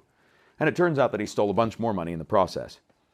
And, I had the time and I had the resources, and I felt like it was a pretty raw deal for them. So I called the owner and left him a voicemail, and I said, hey, I've got a proposal for you. Just give me a call when you can. And back then you could get a hold of him on the phone. But he calls me back. He says, what do you have? I said, well, I saw that somebody said they're going to make you a saddle and didn't. So I'm going to make you a saddle. And, he kind of gave me the, yeah, sure type of deal, right? Of course you are. Everybody else is too. And I said, no, I don't want any money. I don't need anything. Just know that there's going to be one showing up. And I built a saddle, and I sent a saddle. And the saddle showed up, and he called me and he's like, you're a real deal. Welcome to the team, essentially. And I have since allocated all of my kind of extra philanthropic resources to donating saddles to the program, because this program is dedicated to taking people that people that are considered kind of a lost cause, right? Too far gone. And it brings these people back, to the land of the living. Yep. And for that purpose, they need equipment. And somebody needs to build that equipment. I mean, this entire program is funded by donations. So it is not a program that is privately funded. It's not a program with a lot of money. And obviously saddles are an expensive piece of equipment, but they're also critical. These saddles will go through hundreds and hundreds and hundreds, thousands of miles in a cycle. But one of these saddles could literally save somebody's life. Yeah. Because this is the interface, right? So I build the connection that goes between the man and the horse. And connecting the man to the horse is what this whole program does. It's the core of the program. So the thing that I build allows them to do what they do. So apropos of earlier, when I was talking about things that you're maybe uniquely equipped to do, I happen to be uniquely equipped to provide this particular thing to this particular program for a particular purpose. And if you got to pick a purpose, it's not too bad. No, it's a good purpose. And it's kind of the reason I wanted you to talk about it. And obviously it's something you're incredibly passionate about. And when anyone thinks about philanthropy, they think about big donations of money, but we're all in a position to be able to do something for someone or something. And that's kind of why I wanted to cover it.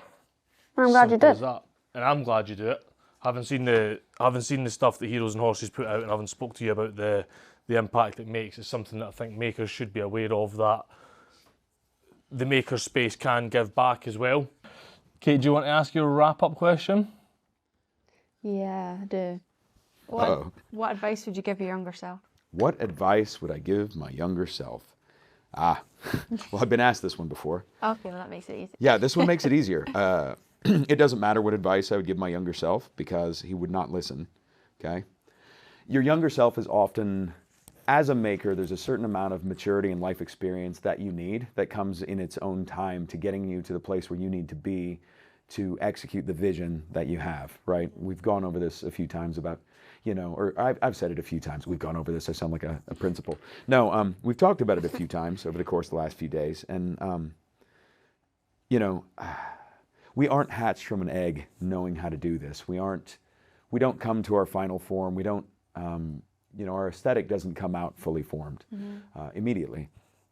And so I think that it's a little disingenuous a little presumptuous that we could tell our younger selves, anything that would be of value to our future selves, because part of what makes our art unique, part of what makes it strong, part of what makes it relevant to us and to the world at large is that the art is made of us. And if you could somehow take a shortcut and get straight to it, there wouldn't be enough of you in the work to make it special.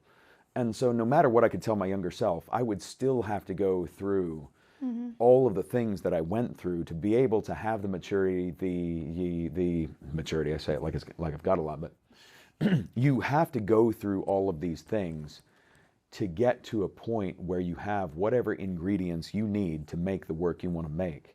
And no amount of information from now is gonna make a difference in your former self's approach.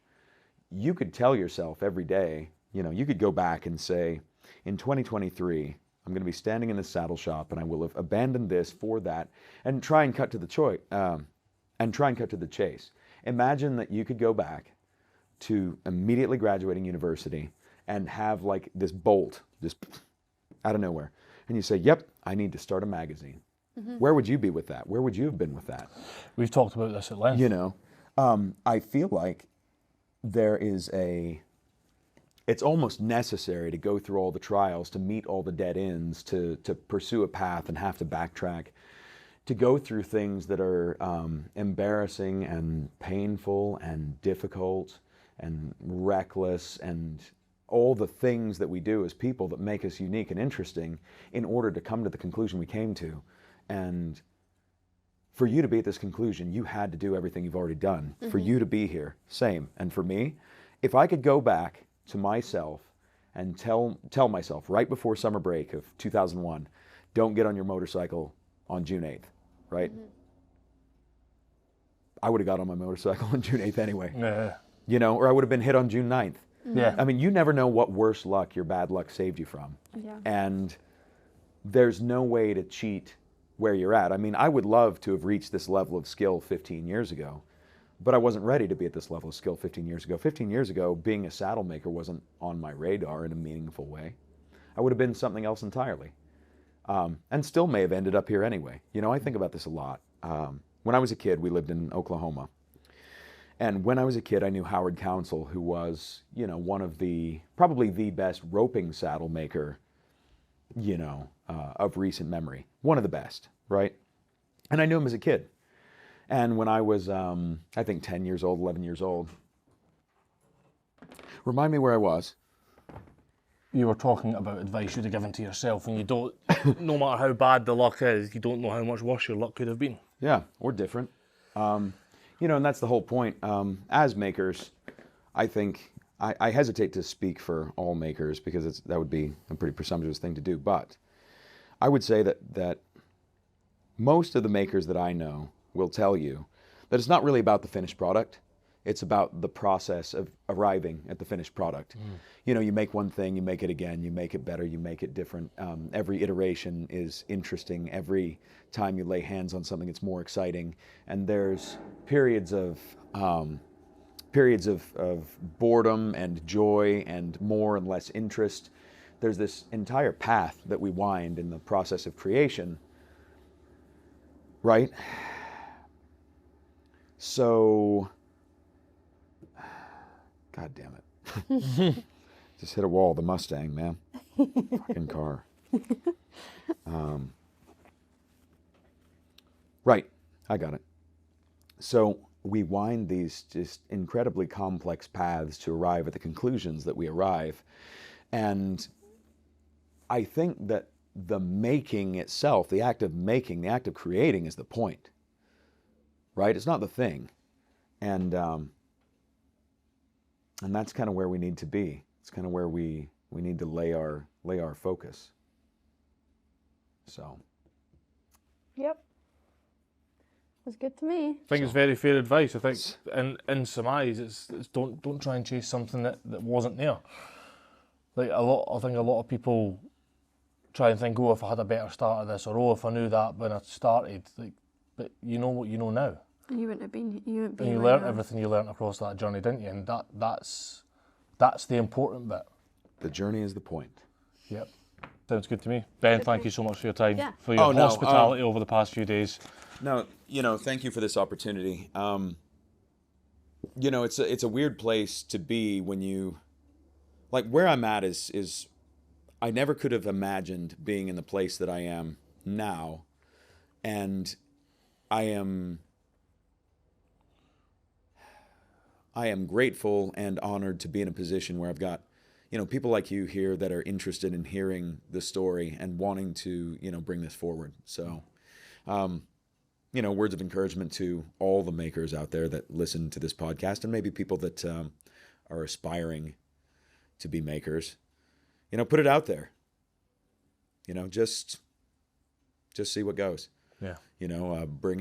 Bring whatever you have, pour whatever you have into your work, and share it with the world. It's what makes it great. Yay! Wicked. Brilliant. Thanks again, Paul.